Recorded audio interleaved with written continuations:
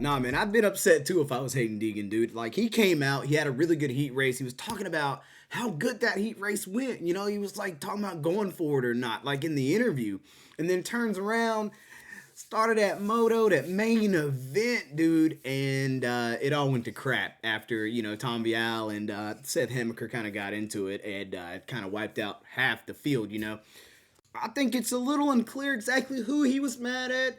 Was it Seth Hamaker? Was it the fans? Was somebody doing? I don't know. But Buddy was mad, man. He let everybody know he was upset during that, which, like I said, I'd be mad too. I'd be mad too. But like, let's take a second to look at this crash a little bit, just see exactly what went down here, okay?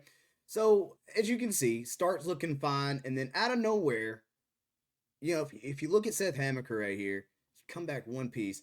He's so close to I can't tell what number bike that is right there, but he's so close to that guy. He starts to lean. He starts to lean, and when he tries to correct it, dude, he just fishtails, knocks right into Vial, and they just push through almost the entire pack. And there's Deegan getting caught up in all of it, right beside Romano. Daxton was almost a part of that. He wasn't, but he almost was.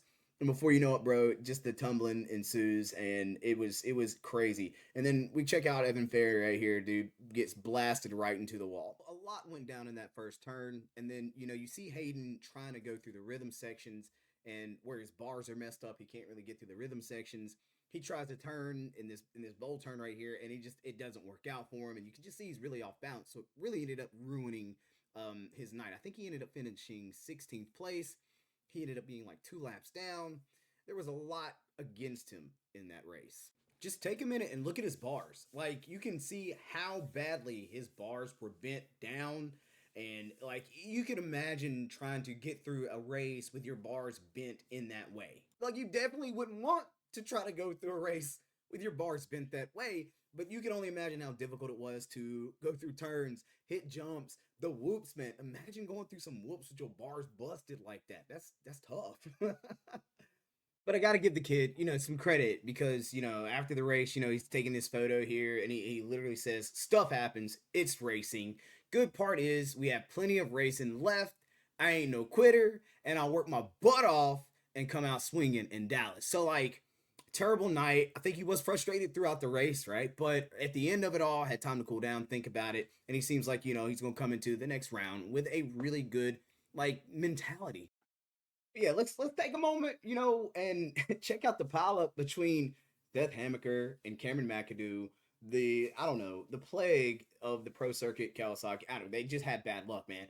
And if you look at it, kind of it's kind of funny, but it's not funny. But I do believe somebody's pants got ripped, and maybe something was hanging out. I don't know, but it was wild how that pileup ended up happening, and the two Kawasaki dudes were the ones that were tangled together the worst. So I really guess like roundabout, Hayden Deegan's, injury wasn't even worth mentioning. The little wrist injury he had, he was off the bike for a little bit, but it really didn't even impact it at the end of the day because he looked good, he was riding good, he was in a really good headspace.